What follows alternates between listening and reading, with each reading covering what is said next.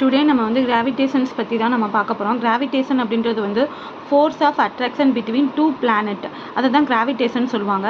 அதில் வந்து இந்த இடத்துல என்ன சொல்லியிருக்காங்கன்னா சென்ட்ரிபிடல் கிராவிடேஷன்ஸ் பற்றி சொல்லியிருக்காங்க. சென்ட்ரிபிடல் அப்படின்றது வந்து சென்டர் சீக்கிங் ஃபோர்ஸாக இருக்கும் அப்படிம்பாங்க. ஒரு த்ரெட் எடுத்துக்கிட்டு அதில் எண்டில் ஸ்டோனை கட்டி வச்சுட்டு நம்ம சுற்றணும் அப்படின்னா அது வந்து ஒரு சர்க்குலர் பாத்தில் வந்து சுற்றும். அதை விட்டுட்டோம் அப்படின்னா அப்படியே அந்த சர்க்குலர் பாத்துக்கு டேஞ்சென்ட்டாக போய் வந்து முடியும். இதுதான் சென்ட்ரிபிடல் ஃபோர்ஸ் அப்படிம்பாங்க. அதுக்கடுத்து வந்து யூனிவர்சல் லா ஆஃப் கிராவிடேஷன் சொல்லியிருக்காங்க.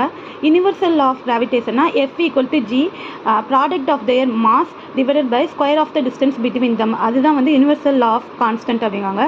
இதோட பேஸாக எதை சொல்லியிருப்பாங்க அப்படின்னா கெப்லர்ஸ் லாவை பற்றி சொல்லியிருப்பாங்க. கெப்லர்ஸ் லாவில் என்ன சொல்லியிருப்பாங்கன்னா ஒரு இப்போ சன் இருக்குது, அது ஒரு ஃபோக்கஸில் இருக்குது, ஆர்பிட் வந்து எக்லிப்ஸாக இருக்குது அப்படின்றத ஃபர்ஸ்ட் லாவில் சொல்லியிருப்பாங்க. செகண்ட் லாவில் என்ன சொல்லியிருப்பாங்க அப்படின்னா அந்த இதுக்கு எல்லாத்துக்குமே நம்ம ஒரு கோடு போட்டோம் அப்படின்னா அதோட ஏரியாவும் அதோட டைம் பீரியடும் ஈக்குவலாக இருக்கும் அப்படின்னு சொல்லியிருப்பாங்க. தேர்ட் லாவில் வந்து அதோட mean distance of the planet cube, அதுவும் அதோட ஆர்பிட்டல் பீரியடும் ஸ்கொயர் r³/d² = கான்ஸ்டன்ட் அப்படிம்பாங்க. இதுதான் வந்து கெப்லர்ஸ் லாவோட அந்த 3 லாஸ் அப்படிங்கிறாங்க. அதுக்கடுத்து பார்த்தோம் அப்படின்னா நம்மளோட G யூனிவர்சல் ஆஃப் கிராவிட்டி நம்ம பார்ப்போம் இல்லையா, அதோட வேல்யூ கண்டுபிடிக்கிறதுக்கு வந்து G = F d² product of their mass சொல்லியிருப்போம். அதோட வேல்யூ அந்த ஜியோட ஃபவுண்ட் பண்ண வந்து ஹென்ரி ஹேவன்டிஸ் அப்படிம்பாங்க.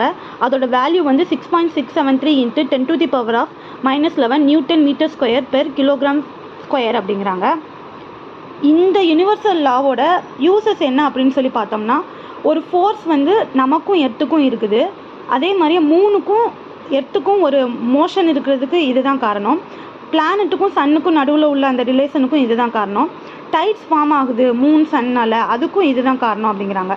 ஃப்ரீ ஃபால் அப்படின்னு சொல்லி பார்த்தோம்னா கிராவிட்டி மூலமாக ஒரு ஆப்ஜெக்ட் விழுகுது, அதை தான் வந்து ஃப்ரீ ஃபால் அப்படிம்பாங்க. அந்த ஆப்ஜெக்ட் வந்து மேலேருந்து கீழே விழுகுது அப்படின்னா அதோட டைரக்ஷனில் வந்து எந்த சேஞ்சஸுமே இருக்காது, ஆனால் விலாசிட்டியோட மேக்னிடியூட் சேஞ்ச் ஆகும். மேக்னிடியூட்னா வேல்யூ தான், அது சேஞ்ச் ஆகும்போது ஆக்சிலரேஷனும் சேஞ்ச் ஆகுது அப்படின்பாங்க. அந்த ஆக்சிலரேஷனை இந்த இடத்துல acceleration due to gravity G அப்படின்னு மென்ஷன் பண்ணியிருப்பாங்க. அதோட SI யூனிட் வந்து மீட்டர்/செகண்ட்² அப்படிங்கிறாங்க. அதை வச்சு நம்ம F = mg அப்படிம்பாங்க. நியூட்டனோட செகண்ட் லாவில் F = ma சொல்லுவோம். இந்த இடத்துல ஆக்சிலரேஷன் டியூ டு கிராவிட்டினால நடக்கிறனால mg அப்படிம்பாங்க. அதை வச்சு ஒரு ஃபார்முலா இருக்கும். small g = universal of gravity mass by r² அப்படின்னு சொல்லியிருப்பாங்க. இதை வச்சு கால்குலேட் பண்ணுவோம். இன்னொன்று ஒரு ஃபார்முலா இருக்கும். இந்த ஃபார்முலா இதுவுமே அந்த கிராவிட்டி வச்சு ரிலேட்டடாக வரது தான். V = U + AT, S = UT + 1/2 AT², V² = U² + 2AS. இதை வச்சு ஃபார்முலா சொல்லுவாங்க. மாஸ் அப்படின்னு சொல்லி பார்த்தோம்னா மாஸ் எப்போதுமே கான்ஸ்டண்ட்டாக தான் இருக்கும், அது எங்கேயுமே நமக்கு வந்து சேஞ்ச் ஆக போகிறது கிடையாது. வெயிட் வந்து சேஞ்ச் ஆகும், ஆனால் மாஸ் வந்து சேஞ்ச் ஆகாது, அதை தான் நம்ம ஞாபகத்தில் வச்சுக்கிறணும். வெயிட் வந்து F = ma. இப்போ மாஸ் இருக்கா, இந்த மாஸ்க்கு வந்து நம்ம கான்ஸ்டண்ட்டாக தான் இருக்கும். இந்த acceleration due to gravity weight இதை வச்சு தான் மாறும். இந்த ஃபார்முலா மட்டும் நம்ம பார்த்துக்கிறணும். வெயிட், நம்மளோட வெயிட் வந்து மூணுலையும் இங்கேயும் பார்க்கும்போது டிஃப்ரென்ஸ் இருக்கும். இப்போ எர்த்தில் வந்து ஒரு வெயிட் இருக்குன்னா அதோட 1/6 தான் வந்து மூணில் இருக்கும் அப்படிம்பாங்க. மாஸ் வந்து எங்கேயுமே மாற போகிறதில்ல, மாஸ் எல்லா இடத்துலையுமே வந்து சேமாக தான் இருக்கும். தேர்ஸ்ட்டும் ப்ரெஷரும் அப்படிம்பாங்க. தேர்ஸ்ட் அப்படின்றது வந்து ஒரு ஃபோர்ஸ் தான், பர்டிகுலர் டைரெக்ஷனில் அல்லது பெர்பெண்டிகுலர் டு த சர்ஃபேஸில் வந்து இருக்கும். அந்த தேர்ஸ்ட் அப்படின்றது வந்து ப்ரெஷர் வந்து force per unit area.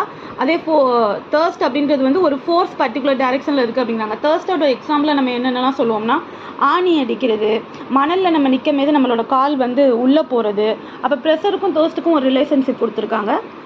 Pressure = thirst per area அப்படின்னு சொல்லியிருக்காங்க. அப்போ ப்ரெஷரோட SI யூனிட்டும் கொடுத்துருக்காங்க, Nm/m².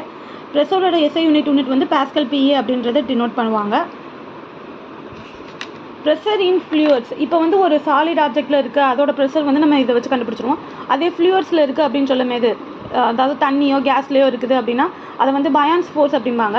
நம்ம வந்து ஒரு ஆப்ஜெக்ட்டை கீழே முக்கமேது அது மேலே நம்மளை தள்ளும், அதுதான் வந்து அப்வர்ட் தேர்ஸ்ட் அப்படிம்பாங்க. அப்வர்ட் தேர்ஸ்ட் தான் பயான்ஸ் ஃபோர்ஸு. இதை பேஸ் பண்ணி வச்சுருக்கிறது தான் ஆர்கிமிடிஸ் பிரின்சிபலில் வரும். ஆர்கிமிடிஸ் பிரின்சிபல் அவர் என்ன சொல்லியிருப்பார்னா, ஒரு பாடியை நீ முழுசாவோ இல்லை பார்சியலாவோ ஃப்ளூயிடுக்குள்ளே தள்ளி விடுற அப்படின்னா ஒரு ஃபோர்ஸ் வந்து எக்ஸ்பீரியன்ஸ் ஆகும். அந்த ஃபோர்ஸ் வந்து எவ்வளோக்கு ஈக்குவலாக இருக்கும் அப்படின்னா எவ்வளோ தண்ணி வெளியே போயிருக்கோ அதுக்கு வந்து ஈக்குவலாக இருக்கும் அப்படிங்கிறாங்க. இதுதான் ஆர்கிமிடிஸ் பிரின்சிபல்.